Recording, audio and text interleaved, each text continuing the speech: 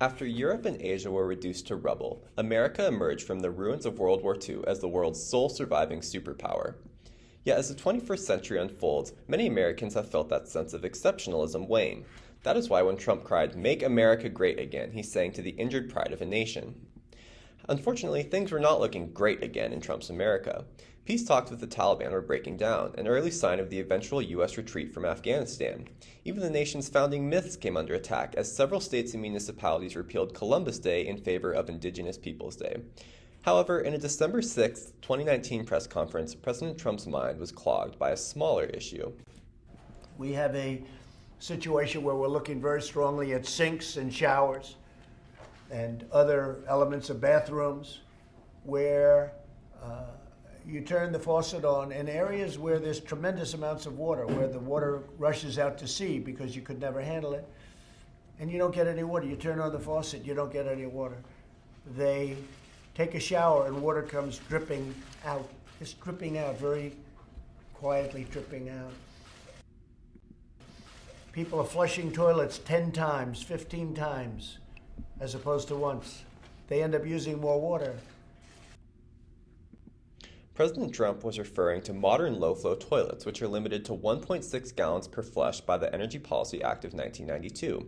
Passed under President George Herbert Walker Bush, the law was intended to preserve the national supply of fresh water. However, Trump is not the first elected official to smear what some deem unnecessary government oversight. In 1999, Representative Joe Nolenberg, Republican, sponsored legislation to get the government out of our bathrooms. Richard Trethewey, a professional plumber and host of This Old House, also acknowledged the drawbacks of 90s-era low-flow toilets, which often needed 2 flushes.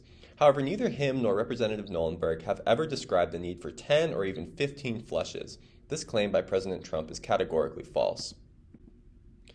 Furthermore, modern low-flow toilets have overcome the drawbacks of early models. Toilets analyzed by the American Standard Testing Facility displaced over 95% of multimedia solids and up to 12 links of cased miso during tests performed in 2019. Another test that we perform is the toilet's ability to remove bulk. And to do that, we test miso paste in a sleeve. Oh boy, look at that. Yeah. The minimum that we have to test to is 7 links of miso. Yeah. In this test, we're going to test up to 12 links. Oh, go big or go home. That's right. We're going to really stretch it. Oh, look at that. Trump's claims would have been an exaggeration in 1992 and are outright false in 2019.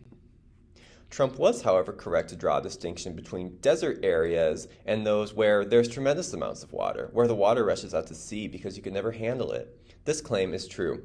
While some parts of the United States dealt with drought, others simultaneously had extremely moist precipitation conditions, according to a 2019 drought report prepared by the National Oceanic and Atmospheric Administration.